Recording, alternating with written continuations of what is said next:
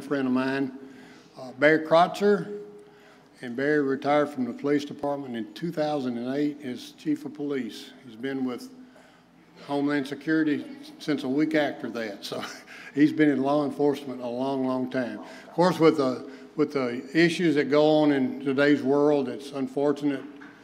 These are some too. So at this time, I'm going to turn it over. Larry, can y'all hear me? Worry about hearing me, because normally if you sit up front, I'm way too loud, so I'll adjust this thing for you because I get way too loud. I know I do. But my dad's right here, so I got to make sure my daddy of all people's got to hear all this stuff. Not like he hasn't heard it a bunch of times before. So y'all know y'all got to get home. You got to leave. My wife had to leave. We got a diabetic puppy that has to have an insulin shot, so she had to go home. And I know that some of you all got other things you have to do. But I hope being here, I can share some information with you that may be able to help in the future, at least bring some knowledge to you, kind of what's going on. But I tell you the truth, honestly, nothing I tell you, that most of the stuff we talk about today, you already know this stuff. Y'all, we know this. And we're too busy in our lives, and we're not paying attention. In our country, we have been taught over the years, we're afraid to look at people. We're afraid to look at bad behavior and say, that's bad behavior. That's suspicious activity, what that individual's doing. We're afraid to do that, and we've been indoctrinated not to do that because we don't want to offend anybody anymore. Folks, that's one of the biggest problems that we have in this country right now, is not seeing what's going on around us. And we'll see in this presentation, there's a lot of things. When these brutal attacks occur, and they're occurring all over at restaurants, movie theaters, you go down to Walgreens to pick up your medicine, and some little yahoo goes in there because he's mad because they didn't refill his OxyContin, and he's bringing vengeance on the pharmacist. We're in there with our kids and our grandkids and our friends, and we happen to be collateral damage. Yes, they're happening at schools, right? Yes, they are happening at churches. However, I will tell you, churches are still safe locations. They are. But when we see an attack like we seen at Antioch, Tennessee, and we've seen it in Texas and a couple other places around the country, of course, yet that concerns us. And rightly so it should. I had an old FBI agent told me one time, he said, Barry, and we were talking about all the stuff that was going on. And back in the 80s, we had a lot of bad things going on, a lot of domestic terrorist groups doing a lot of evil things. And he said, Barry, it is what it is. And we just have to plan for it. Now, these brutal attacks, they leave us angry. They leave us frustrated. Sometimes we feel like we're helpless. Sometimes we even feel hopeless. And y'all, we do not have to be hopeless. There's things that we can do, and that's what this whole presentation is all about, things that we can do. And let me tell you right out of the gate, thinking that this will never happen to me, this will never happen where I am, y'all, that is not a strategy. That's wishful thinking. And I hope and pray that it never happens to any of us. The best thing that we can do, a strategy, is planning and preparation. That's it, y'all. We can leave now because you already know. Planning and preparation, y'all do it every single day. Y'all planning and preparation. When we leave here tonight, and y'all, this is about a 2-hour presentation, and we're going to blow through this because I do want to answer a lot of your questions if you have any. When you leave here tonight, I don't care if you go down to the Quick Mart down here to get you a bag of chips and a Coke. When you go home, when you go into Quick Mart, you already have a plan. If something happens, this is what I'm going to do. Because I've already thought about it. A plan is right here and right here. Don't cost a penny. None of this stuff costs anything that we're going to talk about tonight. But I can assure you, if we fall victim and we happen to be at the mall shopping when this happens, or we happen to be at the courthouse, we're seeing attacks at courthouses all around the country. Mayor, I didn't mean to bring that up, but it is. In this presentation, y'all, this is not to scare anybody. Y'all, this presentation is to empower every one of us, to empower us to realize there are things that we can do. We don't have to be victims. Now, we know that nothing's 100%. We know that. But y'all, this having a plan and preparing, the only thing we can do, increase our chances of survival and minimize our risk is all we can do. And the best way to do it is plan and prepare. Because if we fall victim, I can promise you the first thing that will go through our mind is denial. Just can't be happening. Somebody has to be playing. Barry Crotcher's playing another joke. That's got to be fireworks, backfiring of a car. You heard the kids in Florida. What were some of those kids saying? We thought it was balloons. It was Valentine's Day. Our minds will play games with us, and we will go into denial. It will happen. I don't care how much training we have, how much experience we have. We will go into denial. And I can't tell you over the years how, and you can ask any police officer anywhere that's been on the street any length of time, when you first see a gun or you first see a knife that a person's about to pull out on you, for a split second you go, that can't be a knife, that can't be a gun. And then boom, training kicks in and you take care of business. That's the way we are. But y'all having a plan will minimize from the time we go into denial to the time we make a decision. Those are precious moments, y'all. That may be the difference between us surviving and not surviving. Our friends surviving and not surviving. Those are precious. We'll see these things don't last long. So to go from denial, start processing that information, getting to the point, and we're starting to do something, y'all, those are precious, precious moments, and having a plan will help us better than anything. If we're already thinking about it, we already have a plan, from the time we go to denial till we make a decision to do something, has to be that quick. And if we have a plan, our chances are that we will exercise that plan and do. Because it's human nature. Any crisis that we're in, and some of you have been in some crises, any crisis that we are in, we fall back on what we know. And if we don't know anything, y'all, we might be going around in circles. And we don't have time to go around in circles. We just don't. Here you go right here. As Christians, we're told in Proverbs, a prudent man foresees evil and hides himself, but the simple pass on and are punished. A prudent man, a shrewd man. We need to be prudent. We need to be looking. We need to be paying attention. Yeah, that deals with our Christian faith and our spirituality. We know that. But that deals in our everyday lives. Behold, I send you out as sheep in the midst of wolves. Therefore be wise as serpents and harmless as doves. Y'all, we have to be wise as serpents wherever we go. Don't matter if we get our medicine. Don't matter if we're going to a restaurant to eat. Doesn't matter where we go. We have to be wise in the day that we live in. And I'm going to tell you right now, I don't like this presentation. I don't like to teach it. I don't even like to talk about it for the very reason we should not have to come into a church and talk about this. We invite people to our churches. That's what we're all about. That's our marching orders, right? That's what we're supposed to do as Christians. Invite people to church. We want people to church. We want them here. Now, I will tell you, one of the biggest threats that churches do have is not somebody coming in and attacking us with firearms. It's going to be some type of disruption. Somebody standing up. What are you talking about? That's wrong. Show them that's wrong. Or just like down here at another church, guy walks in and stands up, Allah Akbar. And they asked him to leave, and he left. And we've had other incidences, not just we've had them in Murray County, but throughout the state. Y'all, we call these individuals, we call them active shooters because the number one weapon is primarily used as firearms. You guys and ladies that like to shoot, you know, you throw a lot of bullets down range really quick with these guns. And it's the number one choice for weapon, but everything on that screen, y'all, has been actively used to attack us. Remember the vehicle attack in New York killed 8 people? Same vehicle attack we had at Ohio State University. You know that in the last 3 years there's been 700 people killed across the world from vehicle attacks? 90% of those occurred in the last 9 months. 700 people killed around the world in vehicle attacks. And now we're seeing them on our soil. And we will continue to see those things. They will be on the rise. We're seeing them. The edge weapons, y'all, we're seeing more and more knife attacks all over the place. St. Cloud, Minnesota, a guy goes into a mall, starts whacking people up with a knife. The only thing that stopped him, there was an off-duty deputy sheriff in there, and he made the mistake of trying to cut that deputy sheriff with a knife. Well, you don't carry a knife to a gunfight, and he lost. And it saved people. The same thing happened in Arizona. Same thing happened in Massachusetts. It happened in Maryland. We're seeing these edge weapons all over. Explosive devices. Y'all, the internet's a blessing and curse. Every one of us can go online in 30 minutes learn how to make a bomb that will kill and injure people. Kids are blowing themselves up all over the country right now, but if a kid blows his hand off in Kansas making a bomb, it don't make the news here.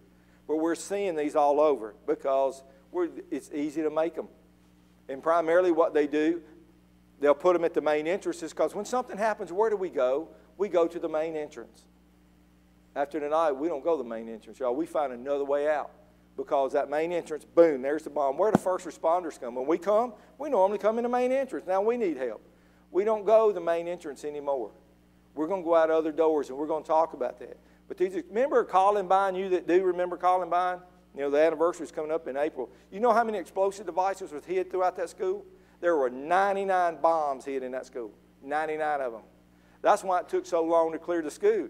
There were guys going into that school, SWAT guys and other officers. They'd come up on a bomb. They had to back out because they were not bomb techs. Had to get the bomb guys over there. We're seeing more and more of these explosive devices. Anything can be used as a weapon. This is why. ISIS and Al-Qaeda are enemies. They want us dead. They come in that door right there. There's no negotiating with those individuals. They don't like us. They don't like our way of life, and they want us dead. Both of them do online magazines.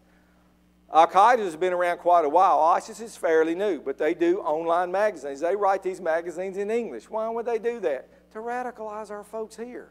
And it's working very well. Y'all, there's a lot of reasons that people carry these attacks out. There are disgruntled employees who carry attacks out in the workplace. We see that all the time.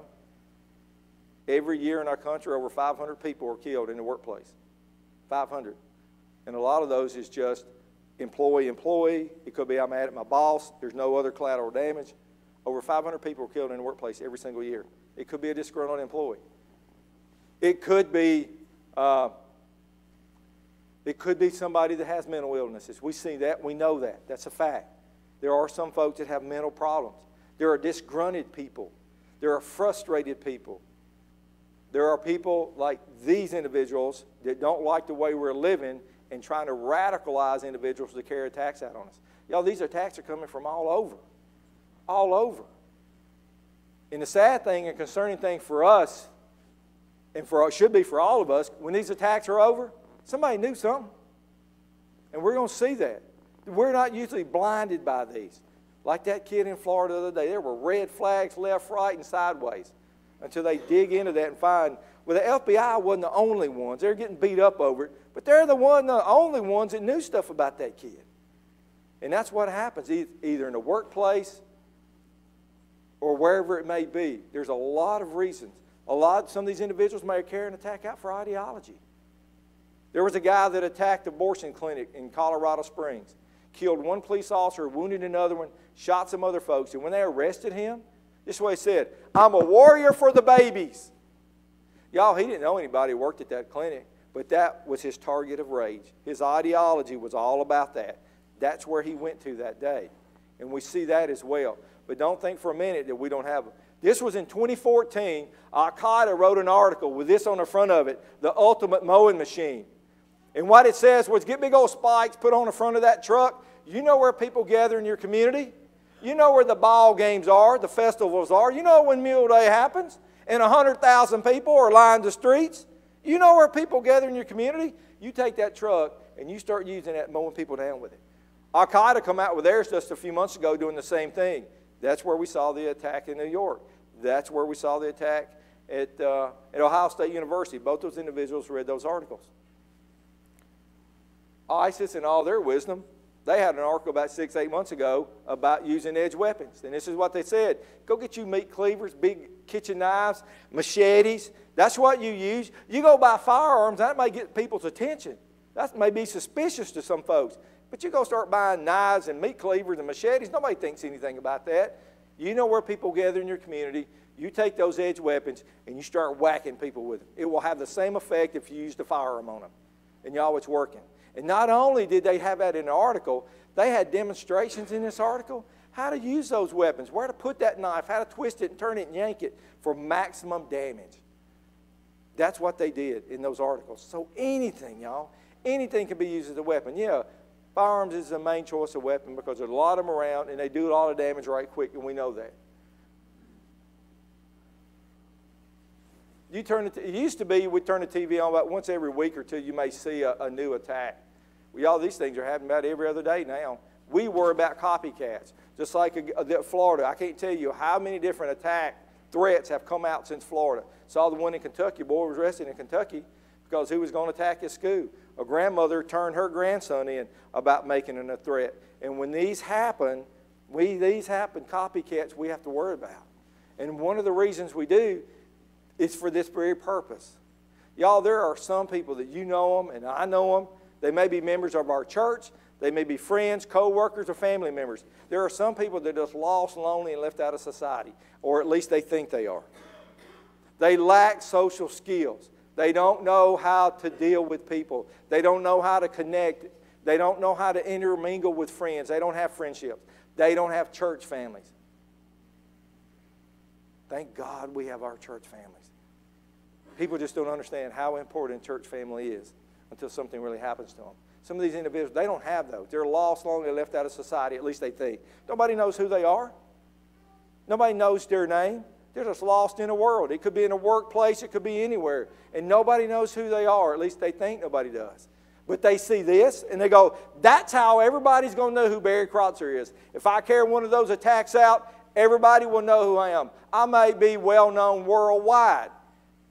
And we know that because some of these individuals carry attacks out, y'all, they will keep journals. They will post things online. Y'all, the things that we talk about statistically tonight, you might not know. The information we're talking about, you're going to know it. The FBI, Texas State University, and New York City Police Department has done the most in-depth study ever been done on this. They went back 10 years, studied 160 events that occurred, and this study continues today. And the concerning thing about it, 10 years ago is the same as today. They're not changing much at all. They may use a different weapon, but the attack's basically the same and the reason's basically the same as these perpetrators. 10 years ago to now, we're seeing that. We know it because they write a lot of this stuff down. We know these individuals, this is what they want. They want fame, fortune, they want notoriety. And it's no different than us and our kids and our grandkids. I don't care how old we are, how young we are. Every one of us want love. We want love and a sense of belonging. And we're going to get it somewhere. That's why kids join gangs. They want that sense of belonging. They want somebody to appreciate them. They want to feel like they belong to a group, belong to somebody. These individuals are the same way.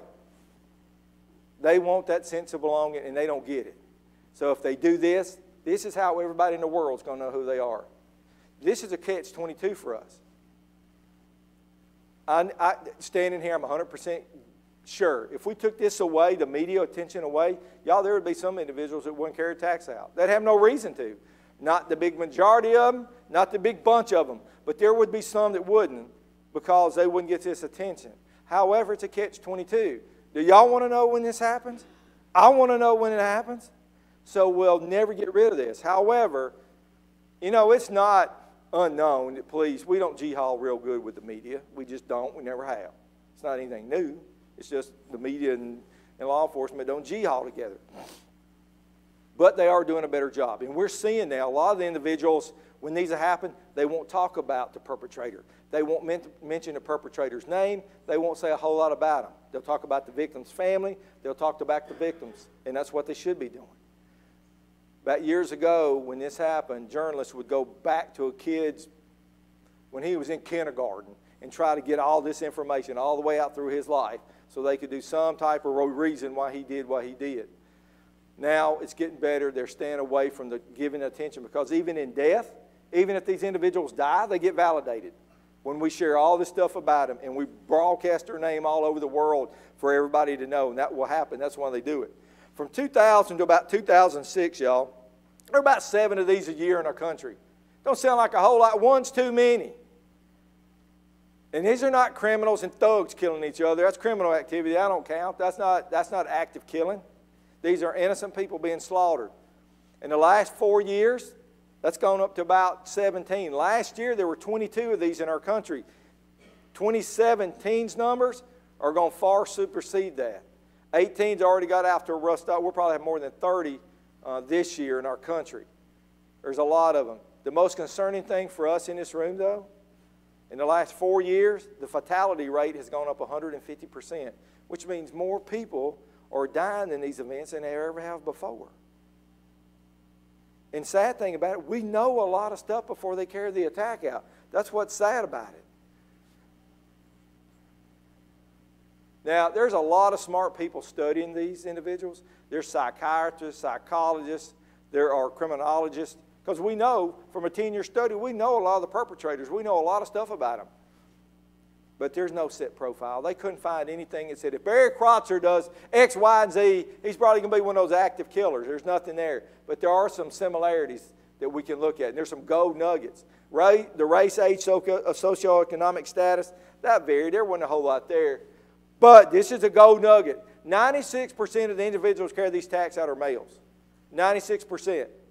So if we see a male acting very, very suspicious, or we hear or we see on social media where somebody's writing threatening information and it's a male, we need to take it extremely serious. Hang on. We need to pay attention if it's a male. If we're in a location somewhere and I walk in the front door and I'm going, I'm stomping around and foaming at the mouth and snot's coming out of my nose, you think we need to pay attention to me out there? Yeah! That's abnormal behavior. And we're not getting it because we're afraid to look at people. Y'all, suspicious behavior is simply this. It has nothing to do with our political beliefs. It has nothing to do with our religious affiliation. It has nothing to do with our ethnicity. It has nothing to do with our color or creed. Suspicious activity is what is that individual doing that's abnormal, out of the ordinary, compared to what everybody else is doing the same place, same day, same time. That's suspicious behavior. Now, if you went to Mount Pleasant and started talking to folks about me down there, they go, well, Barry Kreutzer's a strange bird. He's always been a strange bird down here in Mount Pleasant. We know that. That's what suspicious behavior is. What are they doing that's abnormal, that draws our attention to them? And y'all, we're seeing things. People are knowing things, but we're not getting over it. We're not paying attention to it. 96% of the time, it's a male. This is huge gold nugget for us. 98% of the time, it's one person doing the killing. One person. And that's huge for us. Because if we hear the yelling and screaming that way, and we run opposite of where it's happening, y'all, we're running into safety 98% of the time. And I don't know who wouldn't take 98% odds. Anybody would. It's one person. And we have found also, if there's more than one, they stick together. Y'all, these are cowards that carry these attacks out on us and our friends and our family. They're cowards. That's all they are. They don't have military SEAL training. They don't have any law enforcement training. They're a bunch of cowards that carry these out on innocent people. That's what they are. That's who they are. If we run opposite direction, y'all, we're running to safety 98% of the time. If we're carrying an attack out together, we're going to stick together because we're not splitting up our courage. We're not about to do that. We know that. If there's more than one, they will stick together.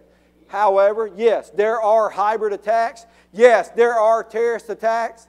The big majority of them will not. We don't have that many terrorist attacks in our country. We have some. We have some are disrupted from a lot of good work. Do y'all know 90 or 81% of all the disrupted terrorist attacks in our country didn't come from Homeland Security?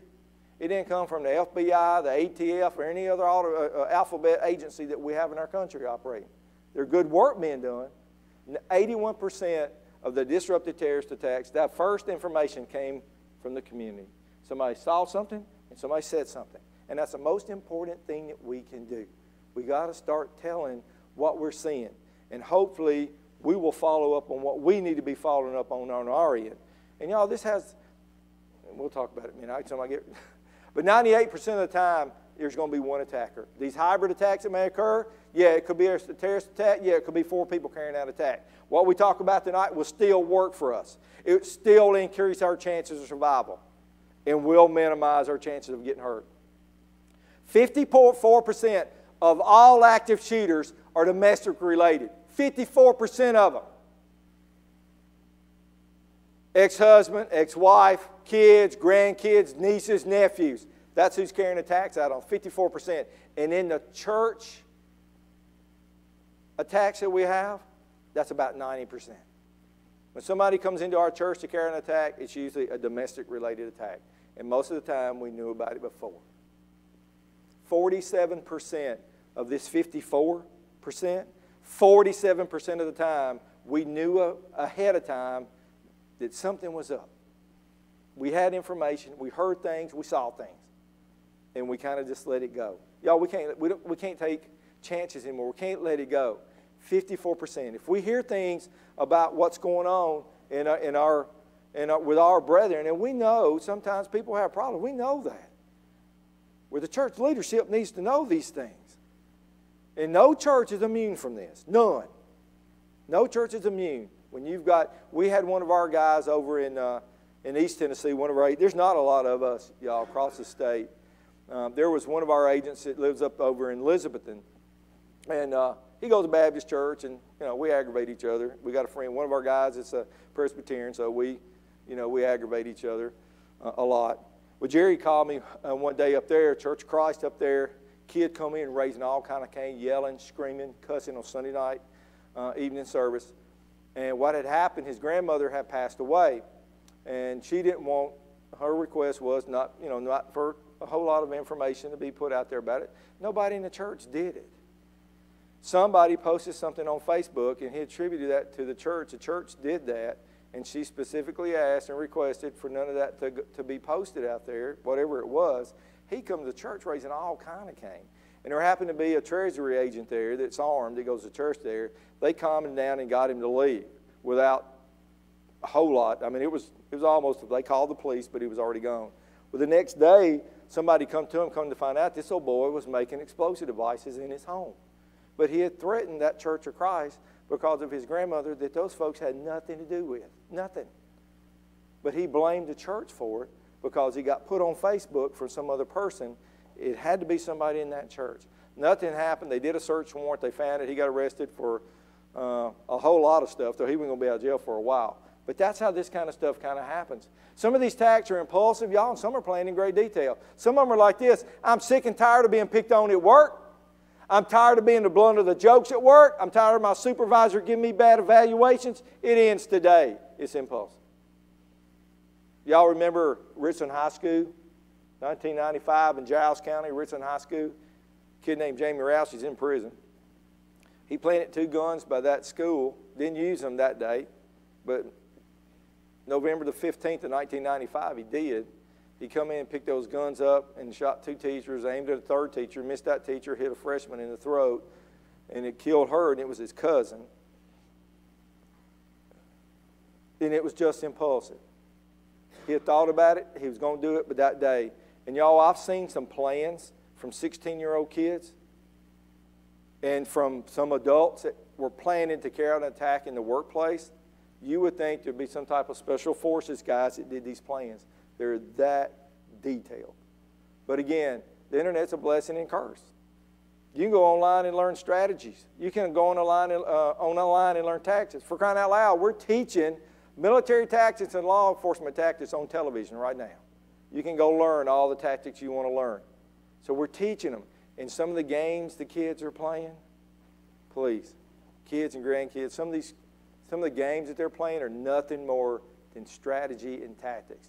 They're learning shooting skills from games. They're learning how to operate weapons that only military and law enforcement should know how to operate. And they're learning these weapons online in some of these games they're playing. And a lot of these shooters, you can go back to it, and you can see a lot of things that they were involved in, and a lot of them have to do with some of these games that they're involved in because they're learning these things. But some of them are in detail, and y'all, some of them just, that's it. Nobody snaps, though.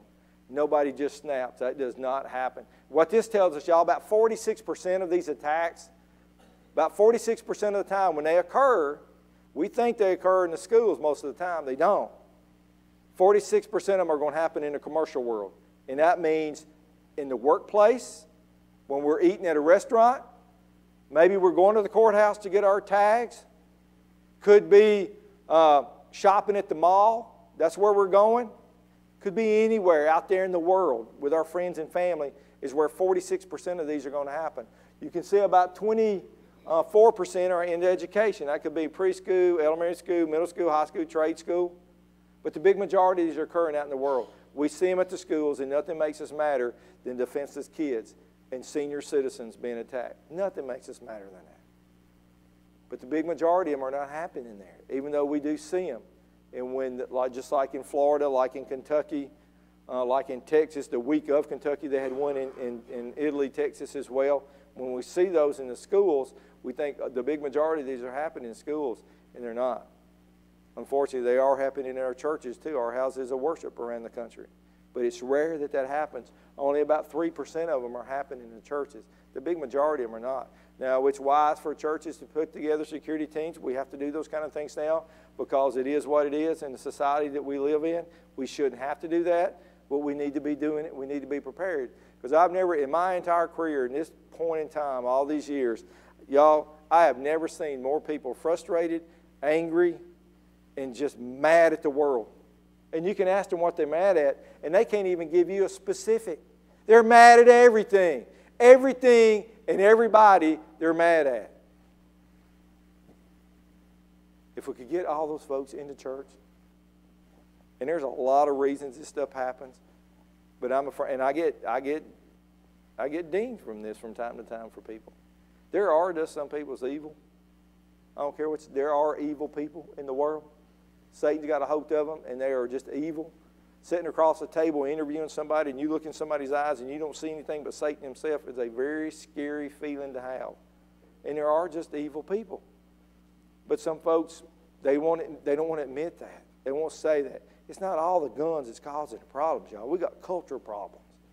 We've got a lot of mental illness problems. We've got a lot of things going on out there in the world that should never be happening. It's not just the guns themselves.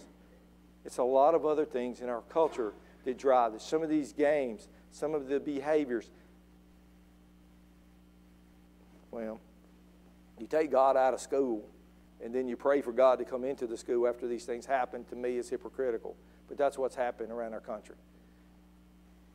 And we know as Christians. But, and another thing this tells us is simply this. Most of these individuals that carry attacks out, y'all ever carries attacks out in the workplace? They're still working the day they carry the attack out. Yeah, some have been fired. Some have been laid off. Some have been suspended from work. Even students. Most of the students that do this at their schools are students the day this happens. The day, Florida, yeah, it was different. That don't happen a whole lot. Kentucky, that kid was a student there. They had an SRO at that school. Had 2 SROs at the school in Florida.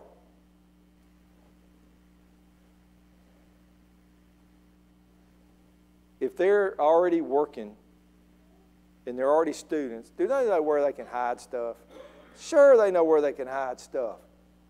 At the federal building where our office is here in Columbia, the old post office, there are so many nooks and crannies in that building, you could hide in there and it'd take SWAT team 3 days to find you. Because that building is loaded with little nooks and crannies that you could hide in.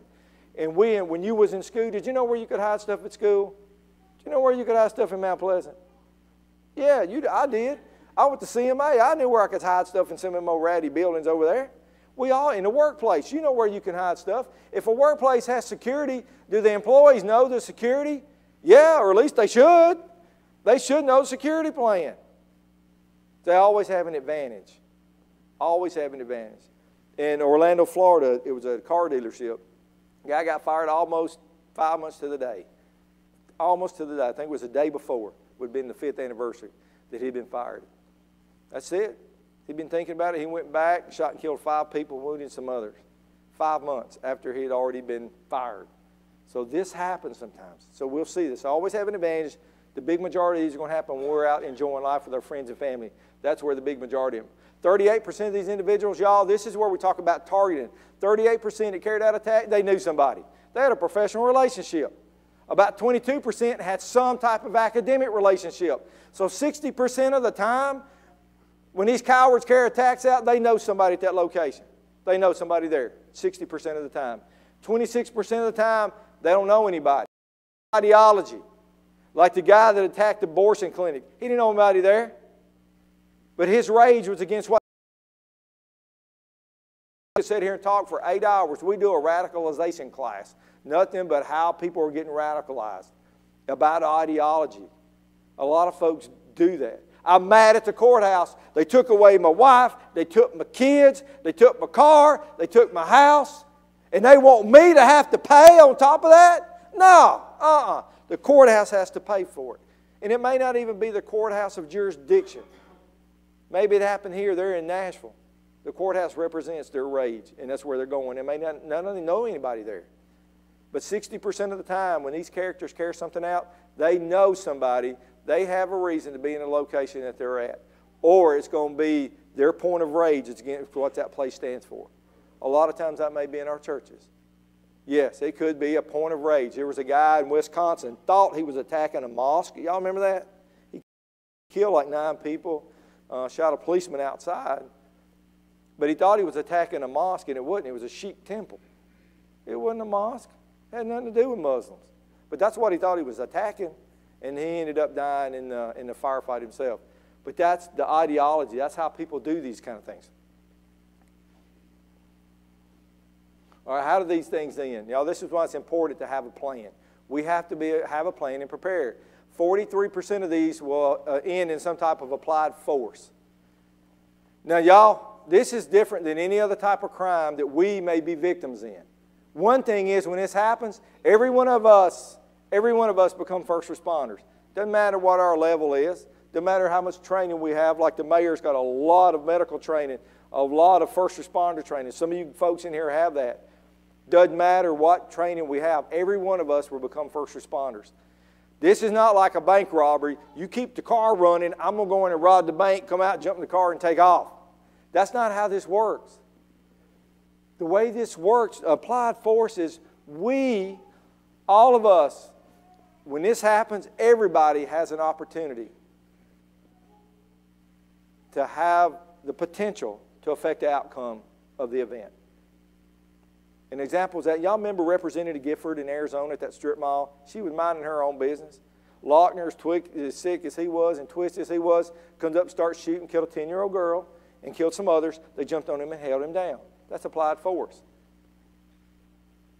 Jamie Rouse in Richland High School. He was doing all that. They held him down. This tell you how small a world it is. I was doing this we did a lot of teaching services back in the summer, and I got invited up to Cannon County. The guy invited me up named Courtney Nichols. And I was talking to him about Richland at the time, and he said, Barry, I was a teacher there. He said, matter of fact, I was in the office. He said, when he come by with that gun, he said, I reached out and grabbed it. I thought it was a toy gun. And he said, give me that gun. And he said, the second my hand hit the barrel, it was hot. I knew it was not a toy gun.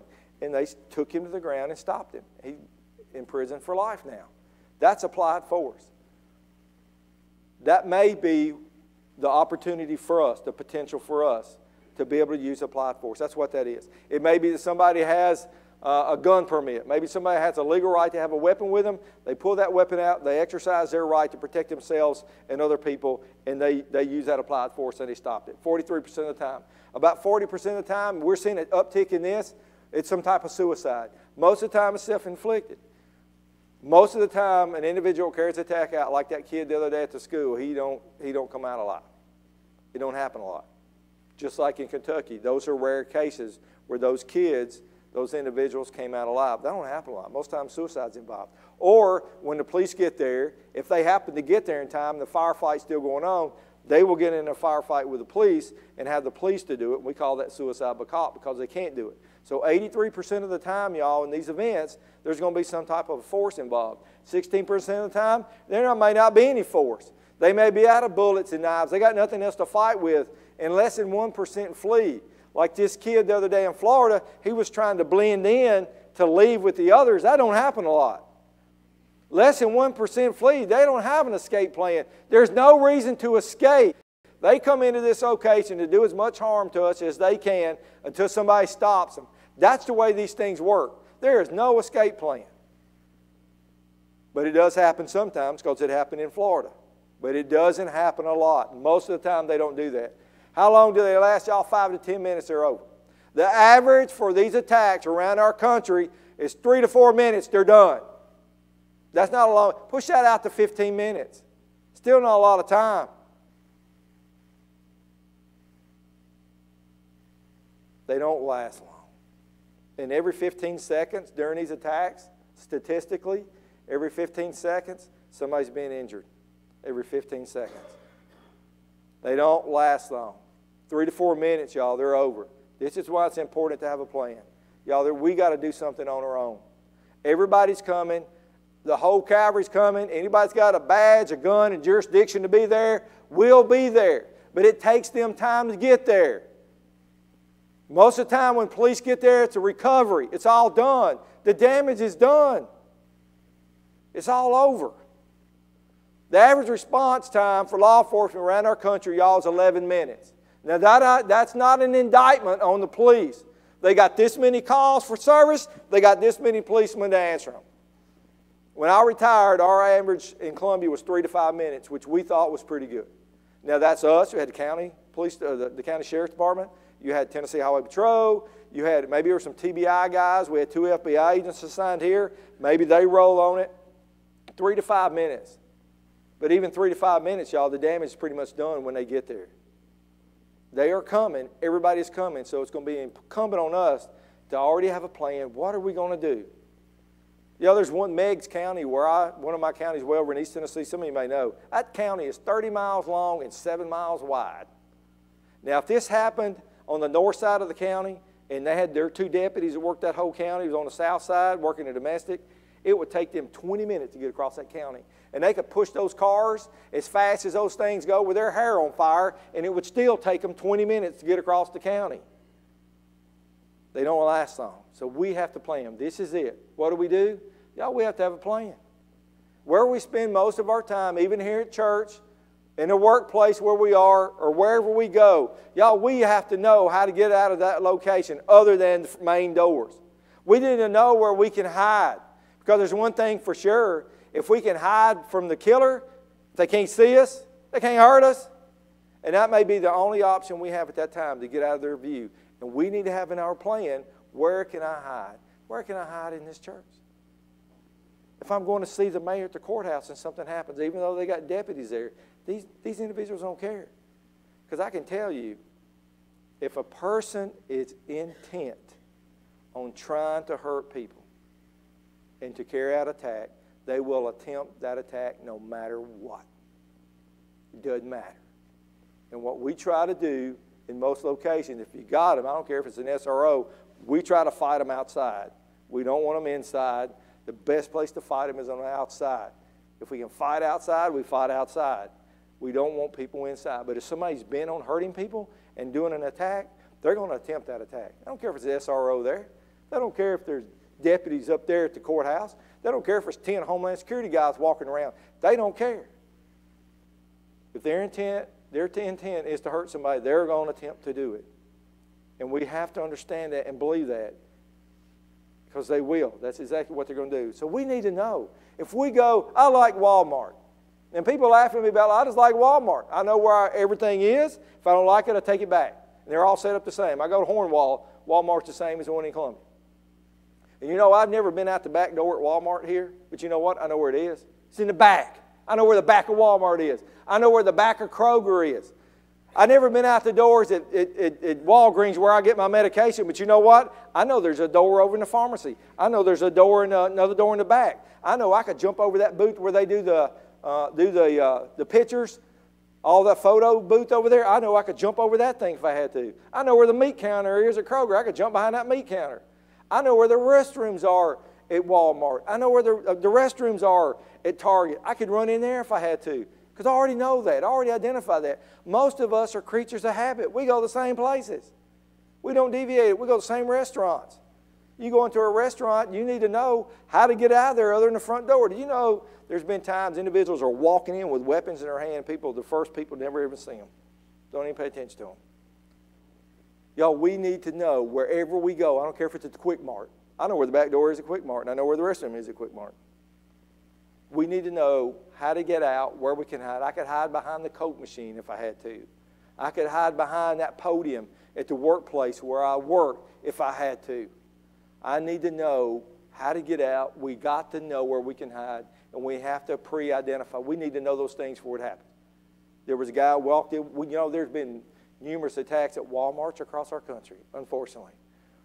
Guy walked in Walmart in Minnesota, walked in and went bam, bam, bam, bam, bam, bam, killed 3 people. Turned around and walked out the door.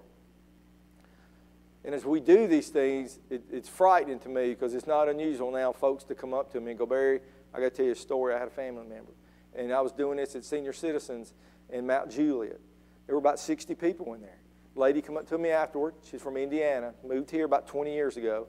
She said, my daughter worked at Walmart, of all places. I'd mentioned Walmart. I wish I'd taken it back. She said she was on an aisle stocking. She was a stalker, and she was stocking the shelves. A guy comes in looking for his ex-wife. He was bent on finding her. The first aisle he went up was where her daughter was. He shot and killed that girl for nothing, for no reason whatsoever, because he was so mad at the whole world, everybody had to go, until he tried to find his ex-wife.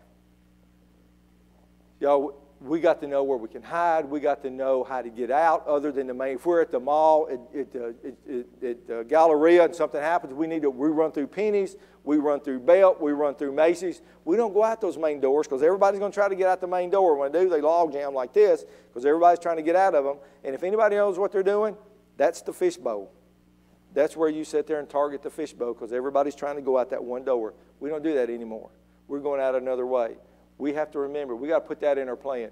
Emergency notification plan is nothing more than our phones, but these things are getting us hurt. Go anywhere you go, and what are people doing?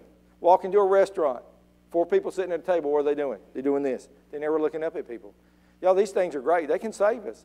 We can call people and tell them, get out of the building, get out of the building, get out of the building. They're great to have, but get them up here where you can see people. For crying out loud, get them up here where you can see. Remember Pokemon? I know these young kids, people got into that Pokemon stuff.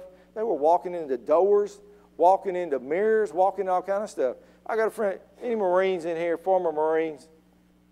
I got a friend of mine, Jarhead. He's 63 years old. He played Pokemon. I'm not going to call his name. Some of y'all might know him. He's playing Pokemon not far from here. His friend's playing Pokemon. His friend's driving a Leaf car. That's an electric car. You know what kind of noise that thing makes? About it. You don't hear it. My buddy's walking. He's doing Pokemon. He steps out in front of an electric car. His buddy hits him, runs over. I laugh about it because it didn't hurt him. It banged him up, and of course, you think we're giving him a hard time? We're still giving him a hard time. He's got over it. But he's playing that Pokemon, wasn't paying a bit of attention. Somebody could come up and whopped him in the head. He wouldn't known it. And he was an old jarhead. He knows better than that stuff. These things are great, but get them up here where you can see. Get them up here. When you go into a restaurant, do you sit where you can't see people coming in and out?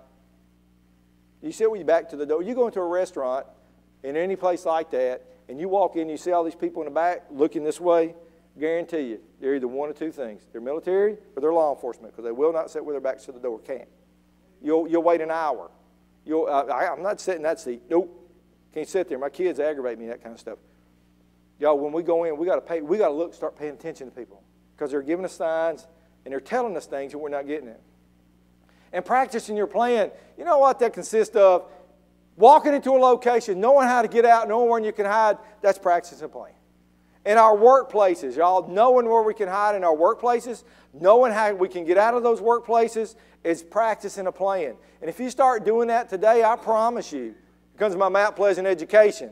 If you start doing it today, you will not be able to do it.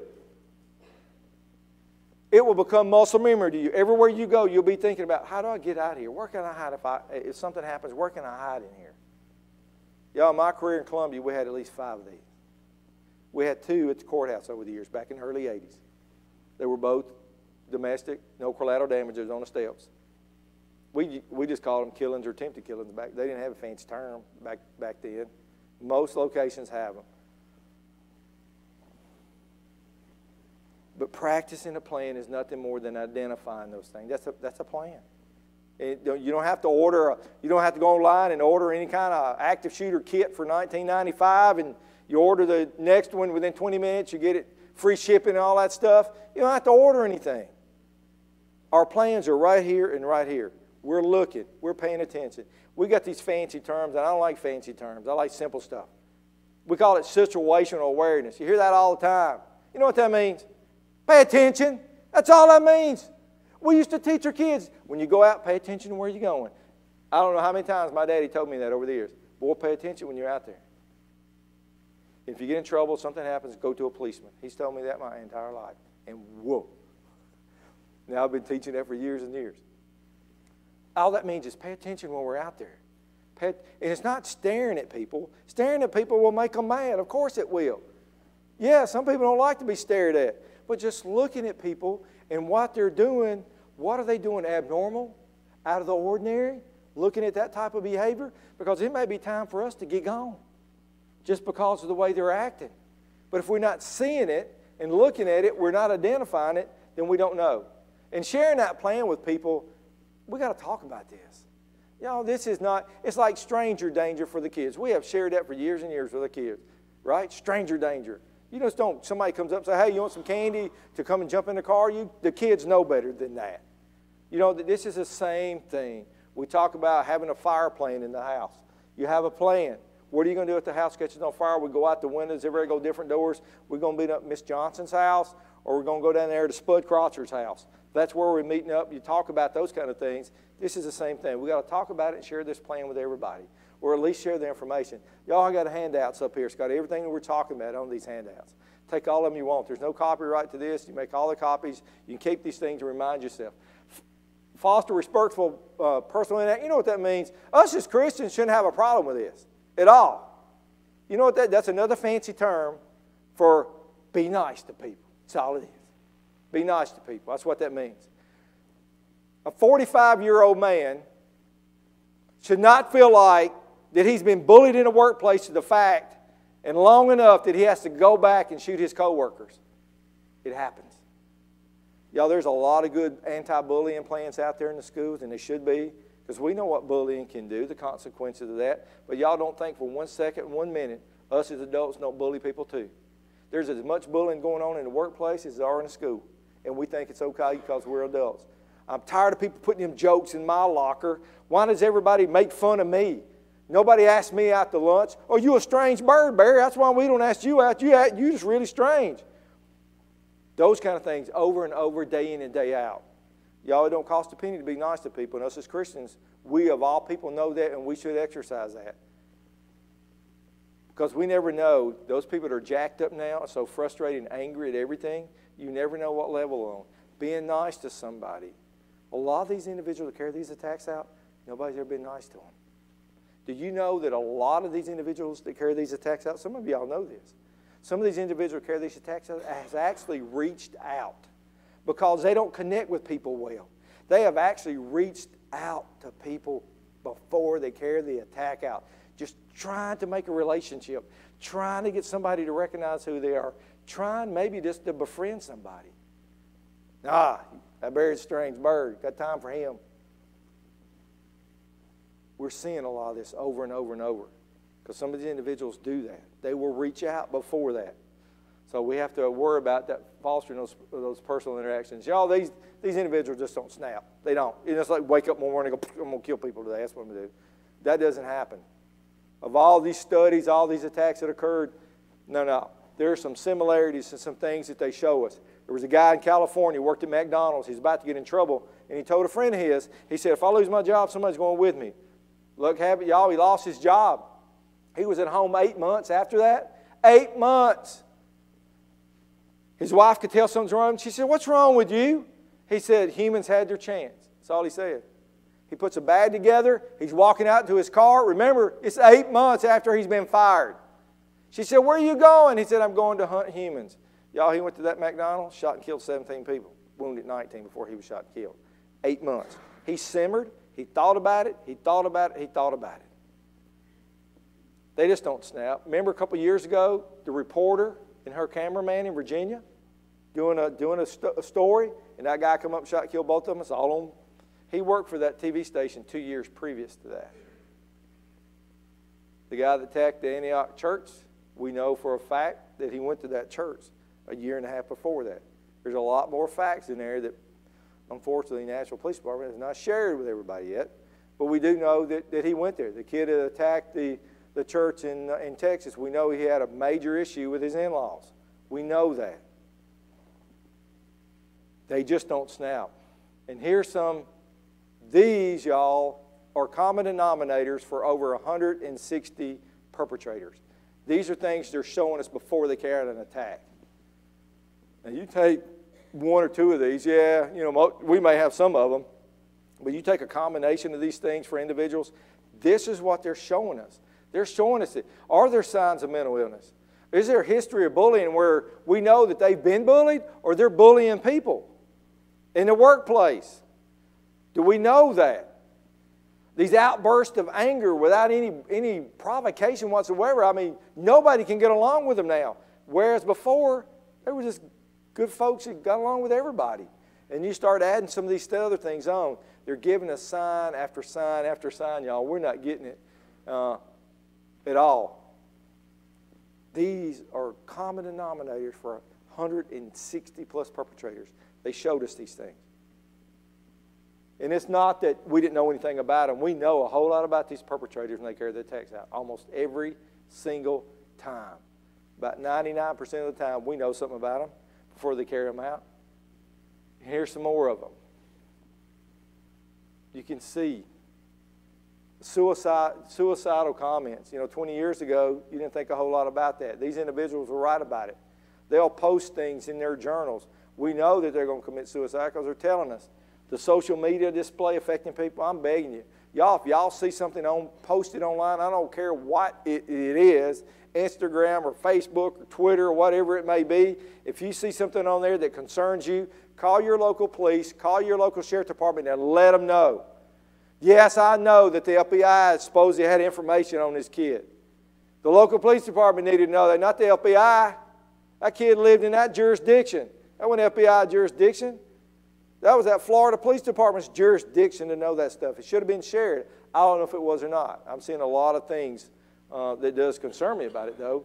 But if you see something, y'all, and if kids see something, tell your parents. If y'all see things that other students are writing or other students are saying, please tell your parents. And let the parents make sure you notify the local authorities and get them involved in it. They need to know. And a lot of times this is what happened. It's after the fact is when we find all this out. It's after the fact. And as sad as that is, that's what happens. Oh, I wasn't surprised that Barry did that. I'm not surprised. He was a strange guy, and I heard him say, and I saw him do. Would you say anything to anybody? No, I didn't want to get involved. It wasn't none of my business. And that's the kind of thing that happens. You saw just in Florida. And really, I could not believe it. When they started, they were talking to some of these students, which I don't think they should have been, but they did. That school, 3,000 students. That's a big school. I thought Central was big, but that's nothing compared to 3,000 students. And some of the students were going, when it happened, I figured it was him. Now, how in the world, out of 3,000 students, did some of these students know that much about this boy? They did, because they talked about it. Students knew it.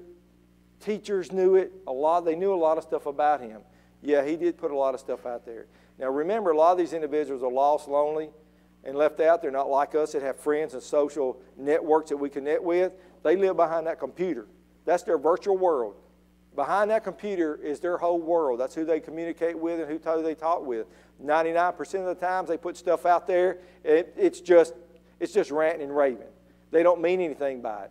But we need to know that. We need to go talk to them face to face and find that out. It's something like this. I'm tired of being picked on at work. I'm tired of my bosses giving me bad evaluations. It's going in today. Boom, and I sent that thing off. You think the boss needs to know that at work?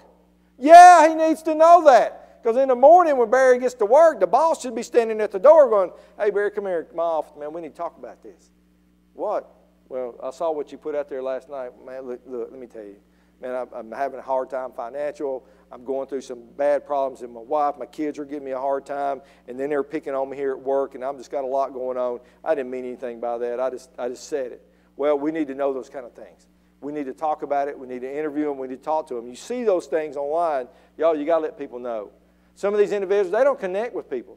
They got a lack of social skills. They're just these loners. And if you've got friends and family or coworkers like that, and you see some of these other signs going on, and they're the folks that don't have any social skills, you know they don't have social skills, we need to pay attention to them. We need to pay attention to them, because that's what's happening. And then they got that history of bullying. They become introvert. Maybe they used to be so outgoing, and they hung out with everybody, and they joked around with everybody, and all of a sudden, they're starting to drink because they're smelling alcohol.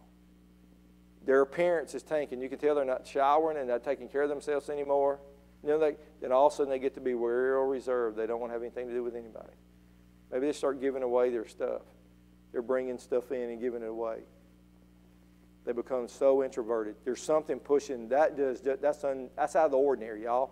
That's out of the ordinary behavior. We need to pay attention to that. That's not normal for somebody just to turn and start acting like that. We need to pay attention. We're not getting it. And then our response, are we a bystander? Do we happen to be here when it happens? Or are we at our office and we're the boss or supervisor? Y'all, if we're a boss supervisor and some of this happens, then everybody in that office is probably going to want for us to give them direction. Y'all, us in the FBI, we recommend, there's 3 recommendations that we're going to give. There's others. There's other active shooter classes. Most of the content is the same because it's based on the same study. However, some of the terminology may be different. The first thing we suggest is this. If you can escape, if you can get out wherever it's happening and you got a chance to leave, leave. Go.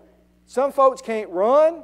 We know that. Physically able, they can't run. Some people on wheelchairs, walkers, and canes. They can't run and get out. But if we got an opportunity, the first thing we can do, if we can get out, remember, 98% of the time it's one person carrying the attack out. We go opposite of where the activity is, we're going to safety. This is what we need to be doing, y'all. We need to be getting out, and it's got to be in our plan. If it's not in the plan and we're not thinking about it, y'all, we may be going around in circles. I did this at Marshall County Medical Center for the administrative staff and some of the nurses. Goes right back to Richland. 3 young nurses on this side. Girl raised her hand. She said, Barry, all 3 of us were students when that happened. She said, I was standing out in the hall when he come in with that gun pointed down the hall. She said, I was looking right at him. And she said, I couldn't have moved if I wanted to. Her boyfriend, big old football player, inside a classroom where she was, reached out and grabbed her, brought her into the classroom with him. Panic spreads like wildfire. And if we go into the panic mode, y'all, we may not do anything. We may just drop on the floor and cry. But if we already have a plan and we're already preparing for it and thinking about it, the chances of that happening are far less if we have that plan. But if we don't have a plan at all, y'all, we may be going around in circles. And we call 911, that's great. The first thing we're worrying about is survival. Y'all, if we can't get out, this is the second option. Y'all, we talked about it. You got to find a place to hide. We got to know where we can hide and barricade ourselves in there. Lock the doors if we can lock the doors. Put anything we can put up against it because we know these perpetrators, they're not going to knock a door down. If they come up and the door's locked, they're going to proceed on because they're looking for targets of opportunity. They're looking for other people. Unless I'm behind the door and I'm their target of rage, yeah, they may come through that door if I'm behind that door and they know I'm behind that door and I'm their target of rage. Other than that, they're going to proceed on. They're not taking time to break down doors because they're looking for other targets. That's the way this happens. At Virginia Tech in 2007, Chew killed 33 people up there at that campus. In one classroom building, students went in, they locked the door, barricaded the door, and they hunkered down. Another one, a professor put his foot against the door like this and told the students to get out. Well, Chew was a little guy. He wasn't a big guy at all. Tried to get in other doors, couldn't get them because they were locked and barricaded. He goes on down, pushes his way in where that professor was, killed everybody in there. It's important to know where we can hide. We've got to barricade, do the best we can to lock them out. Because if they can't see us, they can't hurt us. Plus, if we're locked in behind a door somewhere, it gives us time to think, what do I do now? What if I step out and I step right face to face with the guy or the girl, the killer? I step face to face, what I do? Or what happens if they do come in here? Well, it gives us time to think about what do we do next? What can we do if that happens? And that's where option 3 will actually, and remaining calm. Some of us will, some of us won't. It's just human nature. And you know, people will do a lot of superhuman things in these events. This, I don't even like to talk about it, but we have to talk about it because it's one of those things that may happen. This may be option 1. This may be the first option for us. Because what if I'm standing out there and the killer comes in while I'm standing there? Well, I can't run. He's going to shoot me in the back. Can't hide. He already sees me. The only other option I have, y'all, I may have to do this. I may have to fight or defend myself. I've got to take action. Going to have to do something. Then it's got to be quick. Nobody wants to. There will be some folks that won't do it. Some people will not lift a hand. But I will go to my grave believing this, and the priest didn't taught it my entire career. If we have something to live for, I don't care who we are, what level we're on, if we got something to live for, we got something to fight for. And sometimes that's what we have to do. And I'm talking to a church. But sometimes we may have to do that. We may have to survive, we may have to actually be prepared to fight and defend ourselves. And it can be with anything. Anything can be a weapon. Ink pens, book. One of the best things churches have is songbooks. That right there, with 15, 20 people throwing songbooks at some guy walking in that door, I guarantee you will get his attention right quick or her attention right quick and can do a lot of harm. Because the edges of these books are sharp. And it will stop that individual for a minute or two for somebody else to do something to him. These things, plus they're real thick, these things will stop some bullets. Not all of them, but they'll stop some. But these things throwing at somebody, I just love these. One of the greatest things we got, a weapon we got in the church is those songbooks. Some of us got big Bibles that we can use. I was talking to my daddy about that cane he's got. You can take that cane and wear somebody out with a cane. You can take ink pens. And I know he'll wear somebody out with that cane. Anything, a computer, a laptop, anything can be used. We used to teach this stuff, and some of you ladies, y'all went through the class. You take your keys when you go out to your car like this, didn't you? Why? Because if somebody comes up to you, you're going to stick it in their eye. You're going to stick it in their ear. You're going to stick it in their throat. That will stop somebody, I promise you. 4 to 6 pounds of pressure. Not a lot of pressure, right? 4 to 6 pounds of pressure will rip a person's ear right off their head. Now, I have never ripped a person's ear off. I've taken a lot of people to the ground with their ears because it works. But their ears never come off. But I figure, you take somebody's ear off and show it to them, they'll stop what they're doing. And if you have to be Mike Tyson and bite their ear off, that's all right too. Because when it starts, we bite, we punch, we kick, we throw. And we just keep doing it until they're no longer a threat to us. Now, there's one thing for sure. When this happens, y'all, we call it tactical advantage. They always have surprise. We don't expect it, do we? We don't see this coming. They always have the element of surprise. In our world that we live in, the world that the military lives in, we have a triangle of survival. And we call it speed, surprise, and violent action is how you stay alive. Speed, surprise, and violent action.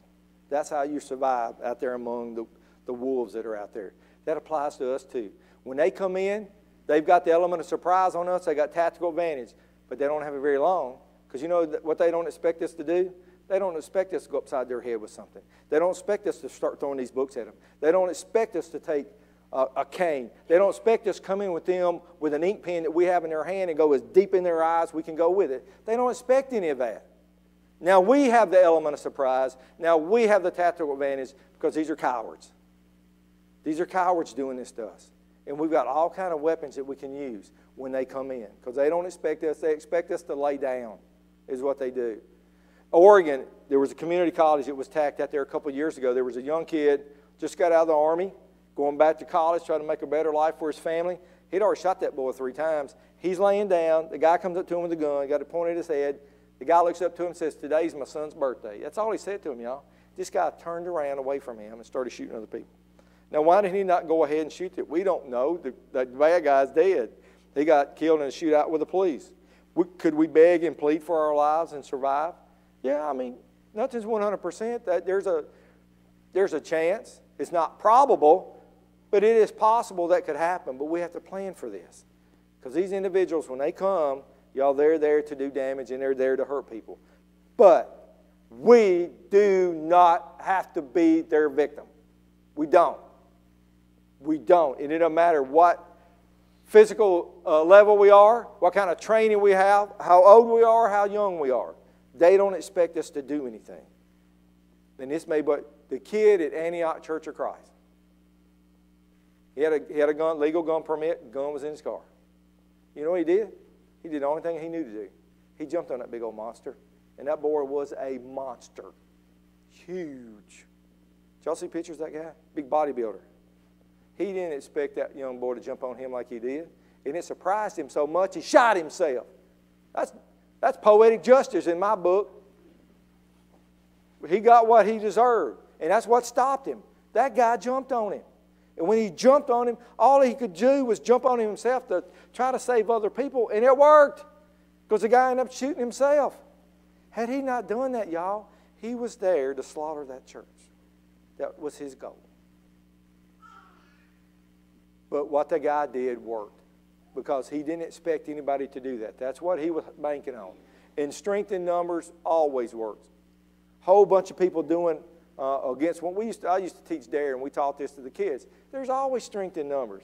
Good kids hang out with good kids. The chances of you getting in trouble are slim. You start hanging out with knuckleheads, yeah, there may have been influence. Same thing with adults. That ain't different with us.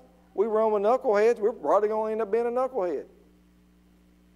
Same thing, the same principle applies. There are strength in numbers. And we used to teach the ladies, look, don't go out by yourself after dark. Don't ever do that. Go out with somebody. Well, now guys can't do that either because we're getting attacked everywhere we go. So guys need to be more than one person. But there are strength in numbers. Y'all, there's no doubt. The chief of police in Virginia Tech's a good friend of mine. I got to know him when he was actually a lieutenant at the FBI Academy. We were friends. And we've talked about this over the years. Y'all, there's no doubt in my mind, in that classroom building, when Chew went in there, he was one guy, little guy, with one gun. They could have jumped on him and stopped him. But you know what they did? They did exactly what they're taught. They sheltered in place. We bump heads with the school systems because this is not a shelter-in-place time. This is an action time. This is not an intruder. This is a person coming in killing people. Yeah, we want to hide and lock the doors. Yeah, we want to barricade ourselves in. But when they come to where we are, we have to be prepared to do this. Instead of climbing under desks, doing a tornado drill or earthquake drill or something like y'all, like we did back in the early 60s. We had those Russia drills, so we were going to get nuked. So everybody, I never understood that why in elementary school they had us to climb under a desk in the event of a nuclear attack. What was that going to do?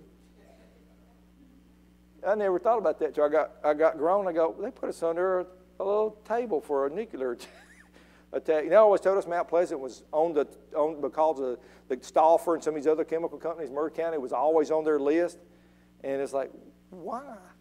I never thought about it, but that's the thing. Strength in numbers, y'all, will always work. And when the police arrive, y'all, this is a different approach than you will ever see from law enforcement. The first officers that show up to these things, they're not there to help us. They're not there to take care of our wounds. They're not there if we're sitting there bleeding. They're not going to take care of that. The first officers there are going to go into that place where that killer is and stop that person from killing people. That's it.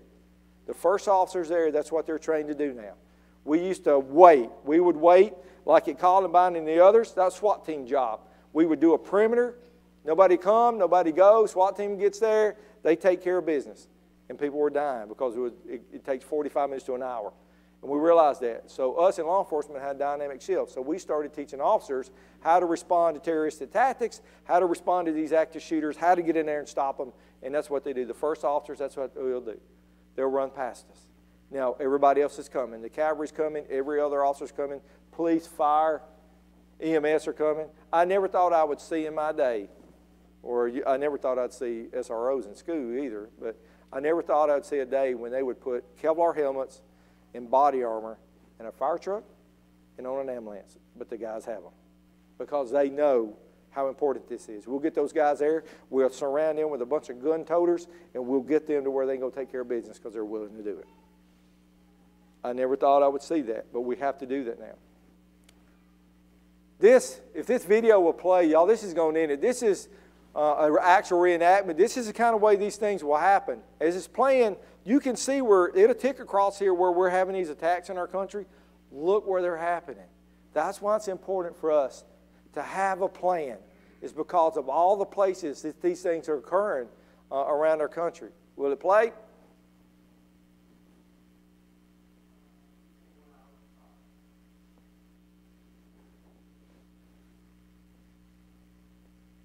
If it doesn't, that's all right. I mean, it's already late anyway. I can talk about it. I didn't know if it played on y'all's system or not. But what it is this guy comes in to, it's like an office setting, comes in with a backpack, takes his shotgun out and just starts shooting people. And he's moving around in his run, hide, fight is what it is what it's talking about. What do? The first people get out. If you get out, you get out. The others were hiding. And the others went into a location. They didn't have anywhere else to go. He actually came into the room where they were. One guy had a fire extinguisher. One guy had a chair. One girl had a belt wrapped around her hand. And they were going to unload him when he walked into that room because they already planned to do that because they knew they had to do something. But it's ticking restaurants, shopping centers, schools, churches. Y'all, there's nowhere that's immune to this. The other day I just saw in China, which you wouldn't think it would happen in China, at a mall in China, a guy killed one person and wounded 12 with edged weapons. They don't have a lot of guns over there. They just had an attack yesterday in a church in Russia where 5 people were killed at a church. Now, I don't know if it's what type of church they had there. I don't know if it's some type of Christian church or what kind of church it was, because the alert I got on it didn't say, but it was in Russia. It was a Chelseans. ISIS has already claimed responsibility, so I might assume it's some type of Christian church is what they'll call it. So these things are happening everywhere. But y'all, the thing about it is, we know a lot about these individuals carrying attacks out.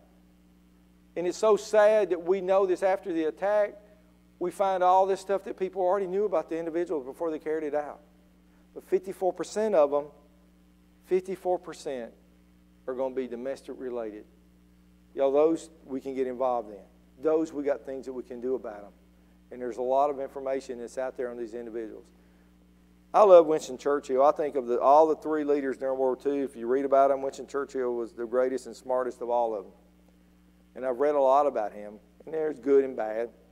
But Winston Churchill, when the Nazis were bombing him so bad, he went before the British people and said, we need to turn our advanced worrying into advanced planning and advanced thinking. And that's exactly what the British people did. Thanks for help from us and the other allies, the outcome was great for them. But y'all, that's what we got to do. We're not afraid. We're not hermits. We're Americans. We don't stay at home. We want to go get medicine, we're going to get medicine. We go shopping, we get shopping. We go to eat, we're going to eat. And we're definitely going to church regardless. And we don't let anybody make us stay at home. And I've seen a lot of discussion lately in the last 2 or 3 days about, and rightly so I guess, about some parents now are debating homeschooling their kids because of the attacks. But if you look at all the school systems throughout the whole United States, and you look at the attacks that have occurred, they're rare. They're very rare that those things happen. But yes, they do. And they can happen anywhere. They can happen here with us. They can happen when we're out there when we least expect it. Again, they always got surprised. So y'all, we're going to be cautious where we go. We're going to have a plan wherever we go. We're going to be thinking about it, not in a frightful way. We're going to be thinking about it, planning and preparing for it if it does happen. We already know what we're going to do. One of the scariest things, my daughter and my son-in-law, the guy from Las Vegas, you know, y'all, he traveled to other places, right? He got a hotel, and then I rented a hotel in Chicago, rented a hotel in Houston, Texas, overlooking other events that were going to occur. My son and daughter-in-law were in Chicago at the outdoor concert where they stayed in the same hotel that he had rented a room at. They were at that concert that he was looking at targeting. Find that kind of stuff out, it's kind of scary. Now, I wasn't even going to tell Jenna about it, but she already knew. And she said, and you can imagine my kids, being my grandkids too, or how I'm always talking about this stuff. She said, Dad, I knew what I would have done. There were trees there. There were concrete barriers there. She said, if something started happening, I knew what we'd do. Brett and I would do that. My son-in-law was really scared when he found out. But Jenna was already had it in mind because she'd been beat up with this for years. She knew what she was going to do. And that's what we have to do. We got to plan on it, and we got to think about it. But we don't do it frightfully. We don't do it as a scared thing, tactic. We do it because we know what's going on around our country. Even here in our churches. At Highland, we do the same thing. We've got guys watching. We lock doors. We do everything that we can do to minimize the chances of somebody just coming in and doing something. It's rare that it can happen. But again, remember, if somebody's intent on doing harm, they will try it. And we have to be prepared to stop them. And some of us don't want to do it, and I understand. And, it is what it is. And we got a plan for it, y'all. And this is not top secret squirrel stuff that we already know. Just be aware. Pay attention to what's going on around us. And it's something that don't look right, and you get that gut feeling. That gut feeling tells us something. You don't have to be a secret agent or high-speed Navy SEAL or law enforcement guy for years and years to have that feeling. Y'all, we have that natural feeling built in us. If you get that feeling in your stomach that something ain't right, it's probably not right. Go with that gut feeling every single time, because it will tell you something. Anybody got any questions, comments? Yes, sir. Yes, sir. Can you either tell us who we could visit to see if in Murray County or Homeland Security that can help us do a vulnerability assessment? We know from a local law enforcement or a specialized trained person, Jack, here's where your vulnerabilities are. You're pretty good right here. Man, this is definitely something you got to focus on. Put together. We do that. I'm assigned to the Planning Preparation Bureau. That's all we do is security assessments, vulnerability assessments, and training. We still run operations because our main job, y'all, is anti-terrorism. That's counterterrorism. That's what we do. That's our main job, and that's what we look for. However, over the years, there's been so much going on. Our office has been asked to do more, so our boss has created this training division, and it kind of morphed in. We restructured to that. So that's what I do is vulnerability and threat assessments. And we can come out and do one as simple as you want it or as complicated as you want it. I like to do them simple. There's no reason to be real complicated about those things. Some people want this, use the template. You can do all that. And they're great to do it, but you don't need all that. You just need to walk around, identify gaps in those vulnerabilities you're talking about, and just do the best to nip that in the bud as you can. And most places, there's some places I had to go to the Greek Orthodox Church in Nashville. Golly. First you walk in and the incense knock you down. It's like, wow, man. It's like back in the 60s or something. I mean, it really was strong. And they had doors everywhere. I mean, they had more doors in that church. And most of the doors, they had so people coming in and out of those doors. And there's a lot of people who went, no, we don't want to lock the doors. So we do. I got to walk all the way around here and then walk all the way back there, and I don't have to do that. So it was like, well, that's up to the church leadership to decide what to do. We can do that, though. That's not a problem. And we've done that over and over and over.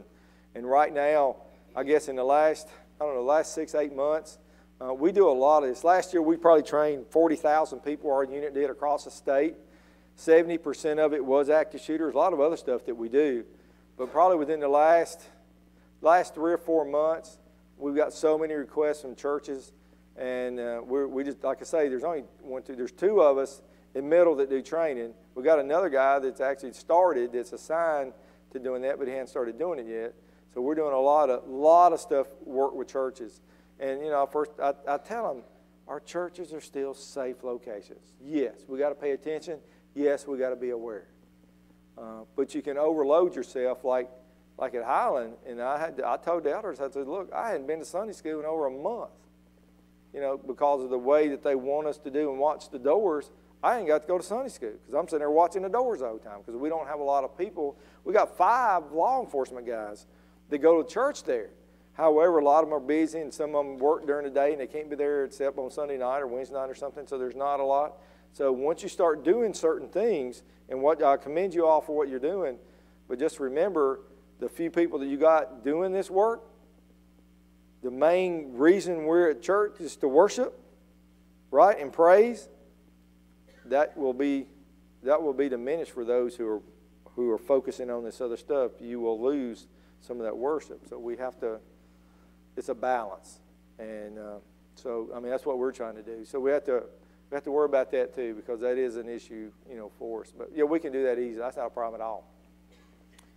Anybody else got a comment, question? Yes, sir.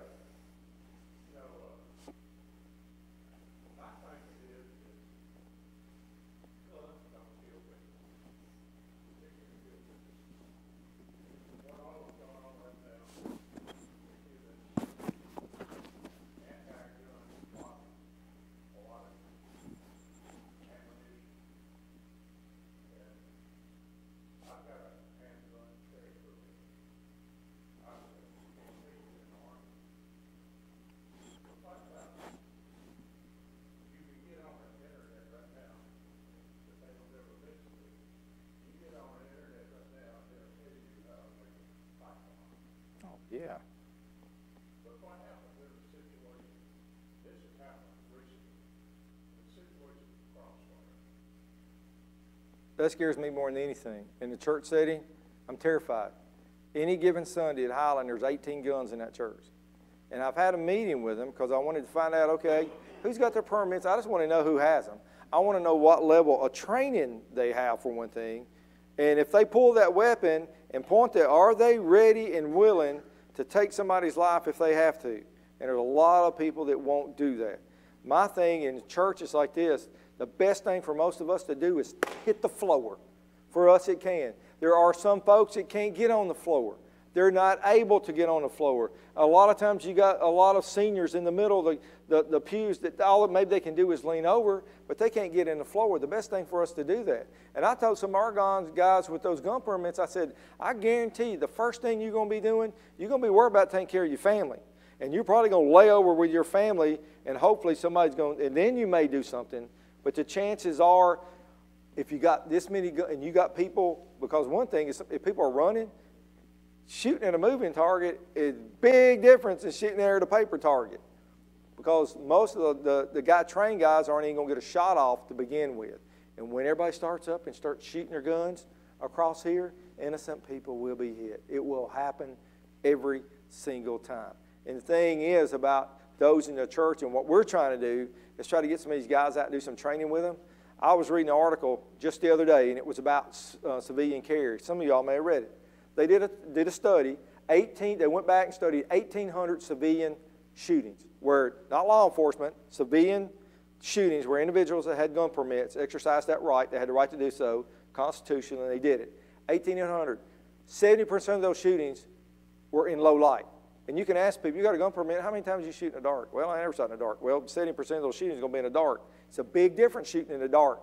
If somebody comes in and turns the lights off, it's a big difference shooting in the dark and then shooting in the daylight. And then 2.3 rounds were fired. That was the average, 2.3 rounds. And that's it. But we want to carry 18, 10 magazines, so we got enough ammo. I'm really concerned about it in our church. I know with us, I'm just speaking for us, because we got a lot of weapons in there, and I'm really afraid of what somebody's going to do. So we're talking about it, we're discussing it, and we're talking about maybe getting some of the guys to go to the range together and just simulate some stuff. Set some chairs up, and have the targets back here, and we're sitting like we're sitting at the pews, because most churches are set up like this. The only person that sees them is Sean and the preacher. And I always tell our preacher that, you actually got Secret Service protection. He went, what you mean? I said, the weapons that I carry and Harvey carry is the same weapon Secret Service carries. So I said, you guys got Secret Service protection up there. But he's going to see stuff that a lot of us won't see. The ushers may see, or we are out front. That most churches, I've been in one church that were set up just the opposite. Is when people came in, they had to come in this way so you could see them when they're coming in. And it was over in Lewisburg. But I have a real concern because of training and knowing how to use a weapon and exactly what you're going to do with those weapons if something happens. The best thing, churches are unique and schools are unique. Churches are inviting. We want people here. Just like the kid in South Carolina, they invited him to church, and he went in and slaughtered those people. The best thing we can do to get down, to make ourselves a smaller target as possible, because if he can't see us, now he can throw bullets all over the place, but if he can't see us, he can't shoot at us. And if we make ourselves a smaller target, that's the best thing, y'all, that we can do. But a lot of folks are going to jump up and run. And when people jump up and run, then even the best of shooters are going to have a hard time getting a target on a bad guy when people are running all over the place. It's going to be difficult, even for the best shooters, to do that. So us as shooters, and if you got a gun permit, I would train. Go to some advanced training classes. They offer those things. I mean, you have to move. You have to move from point A to point B. You got good guy targets, bad guy targets, and you have to get stressed out while you're shooting. And it pushes you to a level that you're not used to. And I would encourage you, if you got a handgun permit, get one of these advanced classes and go to those advanced classes and go through those things 2 or 3 times, at least once a year. Go through an advanced class. Try to get some shooting in low light if you can. If you got a farm, a friend that's got a farm somewhere, you gold. Because you can go out there and set targets up and shoot low light all day long if you want to. If you got somebody that's got a farm that's out, and somebody up next to us up there in Neapolis, I don't know who it is, but I think it's that road that runs back down to to the new middle school back there. I don't know who it is up there, but I walk out there sometime 9 or 10 o'clock at night. Boom, boom, boom, boom, boom. And they stop. And then they boom, boom, boom, boom, boom, boom. And I know what they're doing. They're training because you can tell the way they're shooting. They're working on their skills.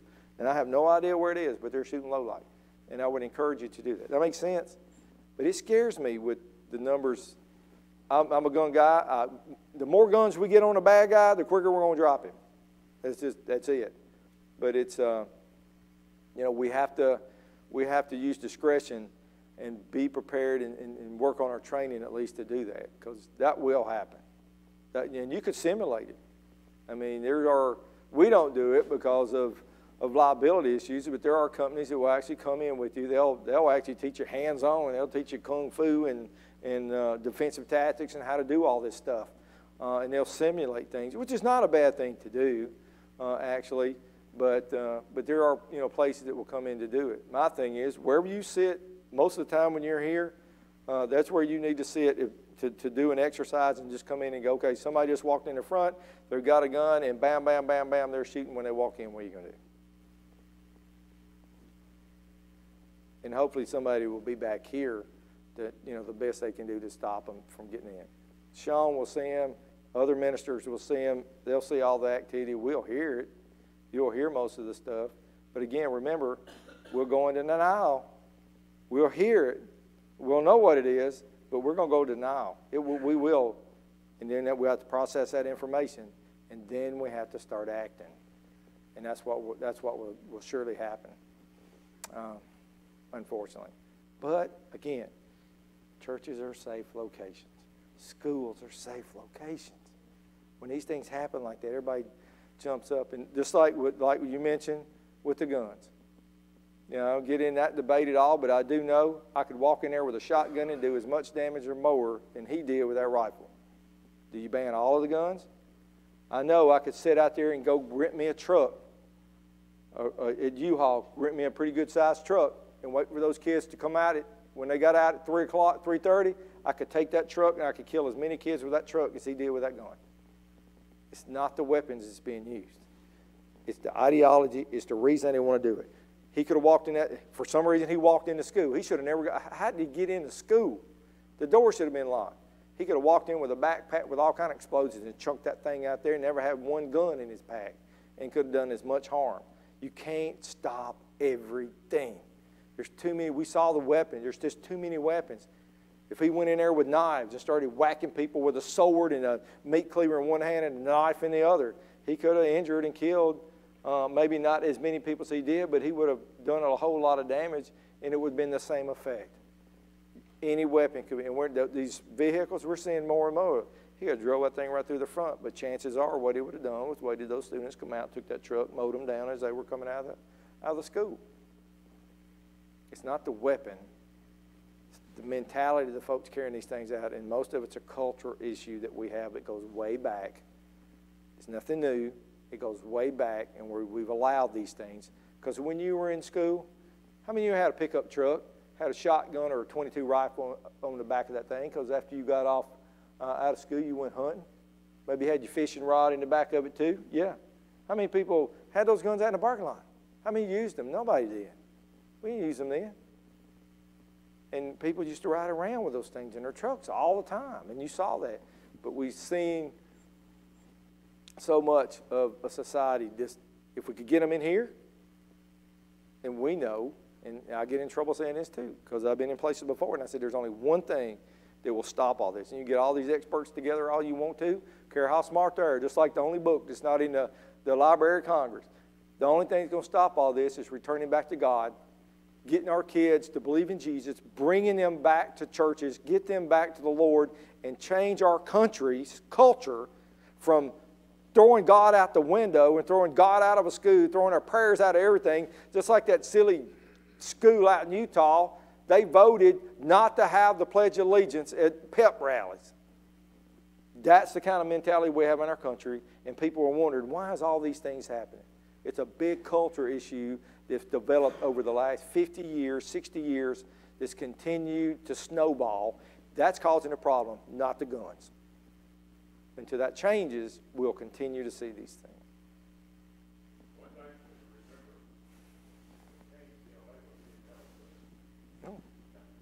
Sure didn't. A hammer, baseball bat, there's a lot of things that can be used, you know, as weapons too. And there's a lot of countries that don't have them. But we see the attacks in China.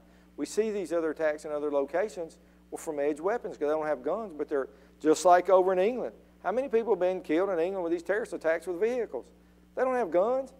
They're running over people and jumping out with knives and cutting people up because, you know, the gun laws over there are so restrictive, the civilians can't have them.